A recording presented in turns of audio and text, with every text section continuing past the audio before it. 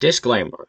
The original upload of this video has been copyrighted because YouTube still doesn't understand what fair use is. I wouldn't mind so much except they let my video play here for a couple days until they suddenly realized I wasn't worth getting money to. So to deal with this, I decided to put together this little re-upload to hopefully get the copyright box off my back and get the monetization. Hence the boy you'll see around this video from now on.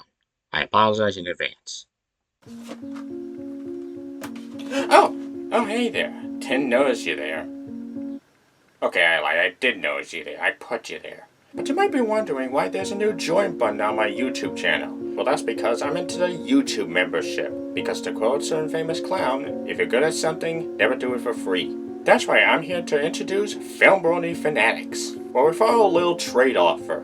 I receive your hard-earned money, while you receive the ultimate FilmBrony experience. So what's the ultimate FilmBrony experience, you might ask? Well, besides the traditional badges at the end of your comments, you get exclusive updates on what videos are in progress and exactly how in progress they are. You also get a quick shout out at the end of my videos, the occasional behind the scenes video, and everyone's favorite, the blue blue blue. And everyone's favorite pastime, the blue blue blue.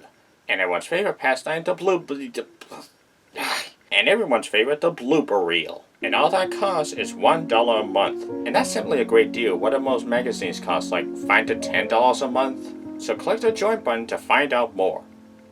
Or don't, it's not like you have to. Anyways, now that we got that out of the way, enjoy the video.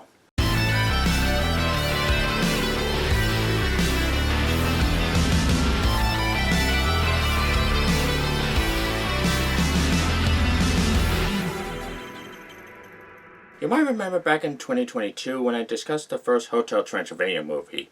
It may have gotten its fair share of hate when it first came out, but thankfully people have warmed up to it over the years to the point of this being a new Halloween classic. It could have easily been a cheap monstery cash grab, but Jenny Tartowski and the cast made it funny, heartfelt, emotional, and surprisingly thought-provoking. Yes, an Adam Sandler animated comedy that made people think. That's not something you don't see every day. So naturally, with the first film's success, there can only be one thing. Sequel. Now people seem to be split on this compared to the original. Some say it's just as worthy as its predecessor, while others deem it the beginning of the franchise's downfall. As for me, well, if you know me very well and or saw the title of this video, you can tell where I am on this movie. So as we begin with Johnny and Mavis' wedding, can I just say that the animation is hands down the best of the series? Don't get me wrong, the animation on the first one's really good and lends itself to creativity, but there's instances where certain character models look a little mid to late 2000s. Which doesn't help that it was in development hell since the mid to late 2000s, going through several directors. And in terms of the third and fourth movie, they leaned way too much on the cartoony aspect, like they wanted to appeal to really young kids. This movie, I feel, has the right balance of gothic and cartoony. And it already seems like the relationship between monsters and humans has evolved since the first movie, from Johnny's extended family attending the wedding, and even some of them seem to have hooked up with each other. Also, there's something hilarious about the flower girl adoring the human side, and then her getting torn to shreds adores the monster side. Though it's kinda weird how Drac won't let Mavis and Johnny smoosh at the wedding, yet he lets it slide when they, well... It's just a little harder to catch my breath since I'm pregnant. Question how Mavis' stomach is clearly shown in this shot and not in an earlier shot, or use an overused meme. Both. Both is good. However, they already seem to have a little disagreement in terms of what to feed this unborn kid, and since it's half human and half succubus, whether it's gonna have powers or not. I'd be thrilled if the baby's humany just like Johnny. Yes, a human who can fly as a bat. I have a feeling this is foreshadowing. Here, just have some monster ball soup. Aww, thank you, Dad. Ugh, don't tell me. She's still sour about getting shot the supporting actress Oscar, isn't he? Oh, come on, Tron. You gotta admit some of the songs were catchy. Man to woman, or woman to man. You know, sometimes I regret having you as a son-in-law. No one will ever harm you as long as I'm here, my little devil dog. How far are we into this? 10 minutes. It takes 10 minutes to tell what Breaking Down Part 1 could barely tell in 2 hours. That in itself is a bigger joke on Twilight than the actual Twilight joke in the last movie. This is how we're represented. Unbelievable. Things seem to get more awkward between them as Dad starts to get older. Check out what I got it! Bling! Is it cursed? Super cursed! But not nearly as close as my last movie's box office. He's just starting to walk, so maybe it's heavier. Everybody do the flop! My first guillotine. Thank you. We just have to baby-proof that. Baby-proofing a guillotine? So you cut your finger off. It's part of the fun. Just a flesh wound. In all seriousness, though, this is one of the major themes I really dig into this movie exploring. Mavis' overprotectiveness toward her son versus Dracula personing him to be just like him. It's clear Mavis knows her dad means well, but since there's a chance Dennis might be human, he might not be as immune as his vampire bloodlines used to. And you can make the argument that after 118 years of her father shutting her out of the outside world, it's kind of rubbed off on her in terms of raising her kid. And I also like how Dracula is still flawed in his reasoning, but he's grown as a person. He just doesn't learn the lesson to like human-y stuff again in this one. He'd have to wait until the fourth movie to do that. And this theme of Drac being more open to humans is further shown in the following scene where he lets Johnny be his hotel managing assistant as more humans seem to stay in. Just don't ask Drac to tap on the phone. Yeah, got it. Maybe you should just get Bluetooth. Okay, between the expression on that Bluetooth face, the obvious pun, Drac's clear obliviousness to modern technology, and the fact that they actually have a Bluetooth monster on cue at that very moment, that frame alone got more comedy out of Adam Sandler and Andy Samberg than the entirety of That's My Boy. Later we see Drac hang out with his vamp son. Vampire grandson? Come on, it was obvious. As Mavis checks up on them. 6 of Wayne's wolf pups are having a birthday party tonight. Dad, I love the wolf pups, but they're a little too rough for Dennis. You did that on purpose. Haven't you noticed? Dennis is different. Again, when I hear people talk about this movie, they usually talk about all the hijinks the characters go through, but not necessarily the underlying messaging here. It's obvious Drac only wants best for Dennis, but Mavis does too. One is from a different time of parenting, from a different environment, having been so used to viewing humans. It's clear he's not used to the idea of his descendant having human genetics, but since there's even a 1% chance that Dennis isn't as gifted as his vampire ancestors, Mavis wants to take it as an absolute certainty that he's safe from any danger, which is further exemplified when Drac sees the content she's showing him, but we'll talk about that later. Whoa, whoa, whoa, whoa, whoa. How is that a monster? Now let me tell you what a real monster is, Denisovich. He used to be a really famous spokesperson for Subway. Slow down, Wuzzle-Lumpa-Bum. The scariest monster of all is diabetes. Wait, diabetes? I don't remember seeing that from the Blu-ray release. How could they have two drastically different versions of the same scene in circulation and think I want to know this theatrical release? Yup. Had this line? Yup. Got a few chuckles? Yup. Didn't show well with parents? Nope. Cut this line from the Blu-ray? Yup. Replace with Kiki laughing? Yup. Yet this line's still in certain TV broadcasts? Yup. And the YouTube video I pulled the photos from? Yup. You know, Sony, if you're gonna pull a George Lucas on this movie, the least you could do is be consistent. Isn't that a white clip of Big Mouth from the MLP episode Fairly Vanilla that I'm pretending to talk to? Yup. Okay. Let's just remedy this awkwardness by cutting to the two biggest highlights of this entire franchise in 3, 2, 1. Dennis, I love you, zing! Hi, Winnie. I love you, yummy strawberry lox, zing, zing! Aw, it's puppy love. Don't act like you wouldn't have said it! Your hands are just as dirty! Mavis is toying with moving her family to a safer place for Dennis to grow up, but not wanting them to leave, Drac gets the idea to send her and Johnny to California to distract them, while he and his pals attempt to help Denisovich get his wings. How do you click in the stupid car seat? Witchcraft. No cake, keep us cake, he says. Too much cake makes tummy ache. Yay! A monster always shares. Every word of what you just said was wrong. So they go around town trying to teach the little guy their old monstery ways. He's gonna say boo. Yeah, I don't think booze ever worked. So, is that why Blumhouse keeps putting in all these cheap jump scares in their movies? Trust me, Denisovich, Hollow has long forgotten the ways of Wes Craven.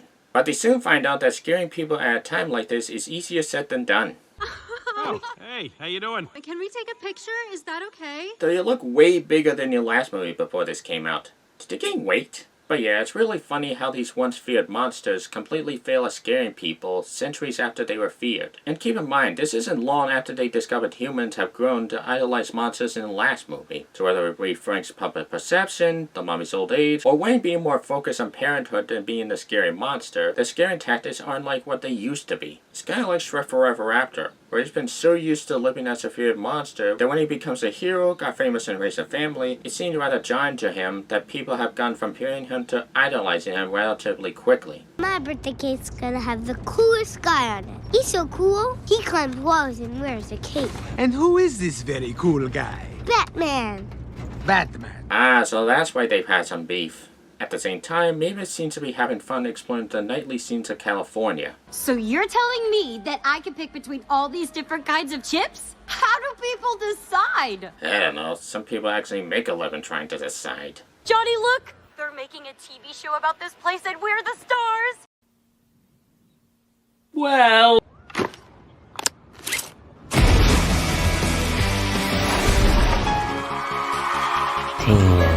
Back with the monsters, they seem to be going nowhere with Dennis, so they decide to take him to the camp Drag went to when he was a kid. Do you miss anybody? You miss that Winnie? Yeah, but we're just friends. What? But once they actually get to the camp, they find that it's not exactly what Drag remembers it to be. Can you show us some of the drills, like where they catch the mice? So they don't have to catch the mice? We find this is a good way to build their confidence. Of course, it's a heck of a lot better than Discord's idea of building confidence. Ah, there it is, Denisovich, where Papa learned to fly. Yeah, we're over here now. Had to scale it down. Question, why haven't they taken that tower down? I mean, I know it's a tall tower, but they could just run a wrecking ball to knock it over towards the opposite side of the camp. I mean, was this a chance that some idiot climbed up there and leaned in such a way that the tower crashes into a fireplace, resulting in the idiot running across the building, setting them on fire and causing chaos? Just saying. In all seriousness though, this movie has way more commentary on the way society raises their kids than one can imagine. There was a time where we took kids' safety for granted for the sake of growing them up, but the more we learned about the psychological implications, the more laid back we became in kid-friendly environments. And remember the cakey show I said I'd get to later? Well, the same will apply to kids media too. Back then, we used to tell them the dark and violent stories of the Brothers Grimm, and even in the 80s, kids were so obsessed with PG-rated fare like Gremlins, Indiana Jones, and so forth. But nowadays, the stuff people show to the kids aren't that extreme and tend to lean more towards the easygoing colorful, either for better or for worse. And it's shown here where Drake isn't exactly a fan of the campfire songs that they implemented since he was last there. Who's ready to fly? Me, like a superhero. Better, like a vampire. ¿Por qué no los dos? It's morbid. That joke is old now! Shut up! Here we go!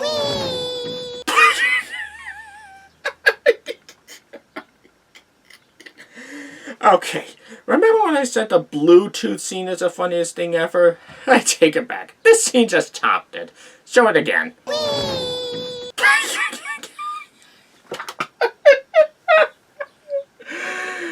Honestly, I don't know what's the funniest part. Drake just not giving a shit when he just tosses his grandson off that tower without a second thought. Janet's just rolling with it as he falls down. The other's horrified reaction to all this. The long amount of time Drake waits until he finally decides to catch him. The aforementioned tower falling resulting in Frank catching fire and setting all these buildings ablaze. Or the fact that all this was the very first footage they decided to release of this movie.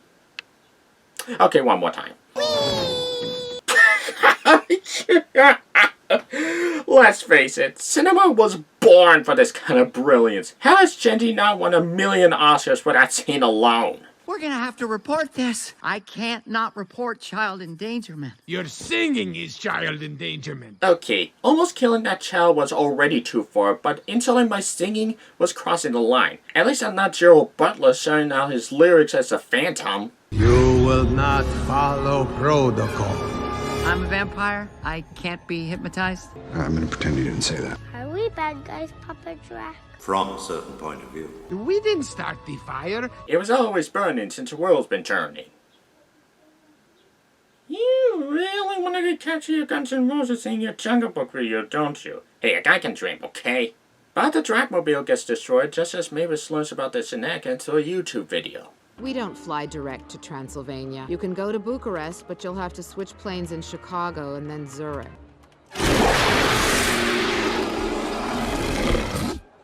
Okay, that was awesome. I just hope some amateur YouTuber doesn't overuse it in some wannabe Simpson series to the point of annoyance.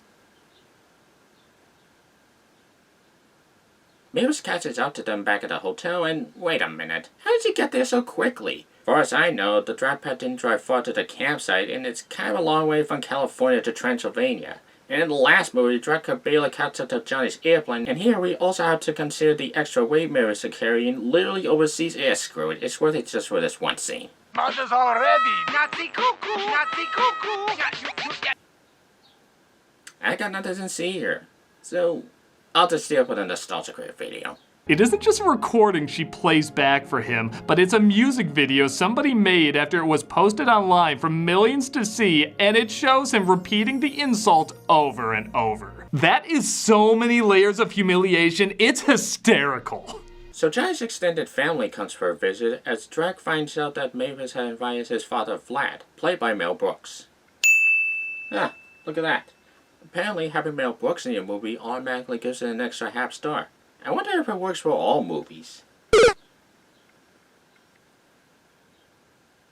Well, it was worth a try. Fearing that Vlad would get upset he invited humans into his life, he has everyone dress up like monsters. What do you think, Mavis? I think I'm starting to like being creepy. Yeah, it's still more creepy than the zombies from Pet Sematary. Let's go, my hero, because I'm Batman. And I take this Batman more seriously than George Clooney. What do you think? This is your vampire costume? You look like you got the baboon's butt on your head. You know, Francis Ford Coppola, of all the fake quotes you put in the Megalopolis trailer, you couldn't even have the courtesy to use this quote? I mean, come on, I'm not expecting some kind of Spanish Inquisition or something. Nobody expects the Spanish Inquisition. Wrong. Spanish Inquisition. Oh, sorry. Oh, you're European. It's called deodorant. Whoa! Yo, V, what's up? Talking toilet paper. Well, that's a new one. You don't wanna f***ing know. What's that thing on your head? Looks like my grandmother's boobies. Seriously, Francis, it's right there. Vlad discovers Dennis is a late fainter and thus proposes a solution. First, you've got to possess something the late fanger finds sweet and innocent. Then you show them what's what, and pop! Alright, Vlad. With a line like that, you leave me no choice, so here are my jokes. You've got to possess something the late fanger finds sweet and innocent. Does he know where babies come from by any chance? You've got to possess something the late fanger finds sweet and innocent. Let's just show him the Cat in the Hat movie. You've got to possess something the late fanger finds sweet and innocent. Does he know that old chick from the Spider-Man cartoon has her own movie? You've got to possess something the late fanger finds sweet and innocent. Average treatment in a nutshell.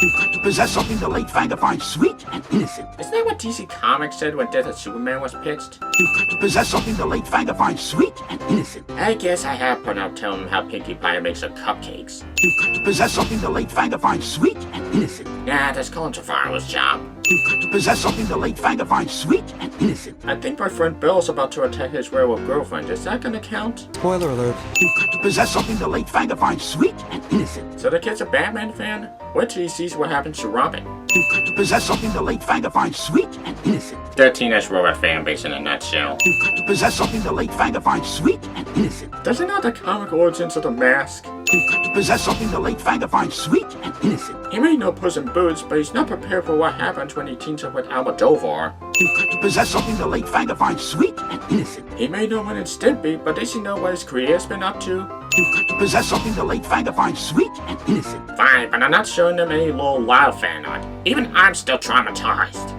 And the number one joke to be made about this scene is... You've got to possess something the late fanger finds sweet and innocent. That's why I got that as good guy doll. Play me off ball!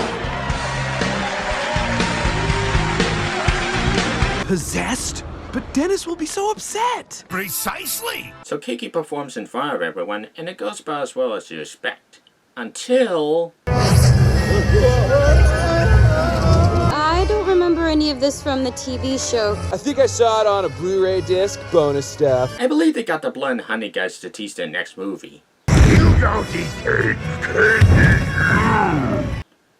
And also the Russian guy from the Yo Mama videos. Man, physical media is weird, but necessary. But it seemed to work too well, so Drek pushed a stop to this, confessing to Mavis that he just wanted his family to stay. Even Johnny, whom Mavis has put to the side in favor of Dennis, finally starts to stand up for himself, explaining he also wants Dennis to be happy where he is. I think Dennis just wants to be normal. Don't say that word! Which one? Dennis wants to be normal. That one!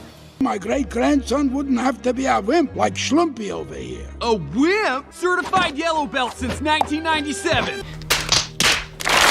You let your daughter marry a human. Why don't you just put a stake through my heart? Yeah, I'm pretty sure the reviews for the 2005 producers already did that. I have to move away, Winnie, to California. California. No, you are perfect. You're the nicest boy I know. And I have 300 brothers. I want to bundle you both up in a cute ball and put you in a cute box of cute. But a giant bat named Bella catches up to them as we get to the Martha scene of the movie. Y'all want me to elaborate on this since I came up with it just now, don't you? When it comes to movies that people in the film community either love or hate, there's always that one scene that most encapsulates the polarization. That one scene that people either go up in arms or just don't mind. Hell, maybe people who love the movie hate this moment, and people who hate the movie don't care about this moment. Either way, it's that one moment in the movie that gets the most attention for better or worse. So, now that I explained the term, let's actually take a look.